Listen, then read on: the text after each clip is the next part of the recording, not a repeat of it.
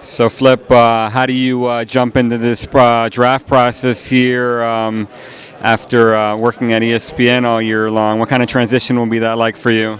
Well, I mean, the positive was being at ESPN. We saw a lot of games. They see a lot of college games in the green room, so pretty familiar with a lot of the college players. And like everybody else, we're going to combines. We were in Chicago last week. We've got New Jersey coming up now and tomorrow.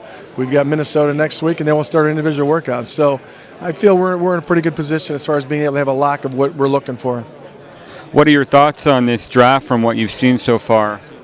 I think it's a balanced draft. What I mean, there might not be the elite guy, like a Shaquille O'Neal, the program turner, but I think it's balanced, and that you might get the same guy at number 9 that you get at 4 or 5, and the same guy at number 4 that you get at 2. So a lot's going to depend on the needs of the players or the teams and where those players and draft picks go.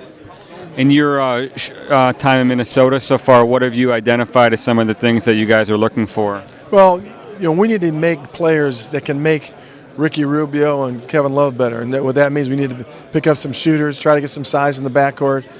So we've probably done injustice a little bit to both J.J. Barea and also Luke Ridnour. We've had those guys have to guard 6-7 guards sometimes and put a lot of pressure on those guys. So just balance out our roster more and try to get shooting. And then you always want to pick up some big guys, especially in the West, because if you got to go against Memphis, you got to go against San Antonio. You got to go against the Clippers. Those teams both have 2 bigs inside. You got to be able to compete with them with other bigs, so get some more depth up front. What are your chances of bringing Kirilenko and Pekovic back next season? We have to wait and see. Kirilenko, that's his decision. Peck's a restricted free agent. We like both those guys. They both have fit very well into Coach Adelman's system. And as I've always said a lot of times, success is not guaranteed when you go somewhere else. And having those guys and the success they had, we hope that that's going to put them in a position to want to play for us.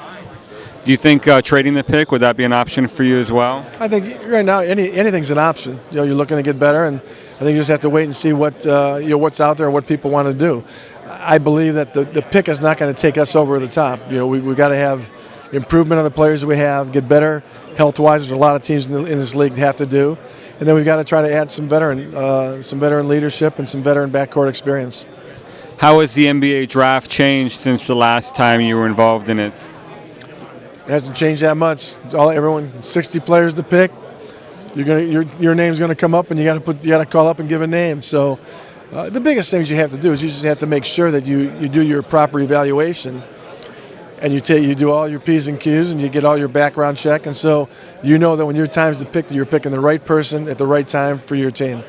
Thank you so much. Good luck. Thank you.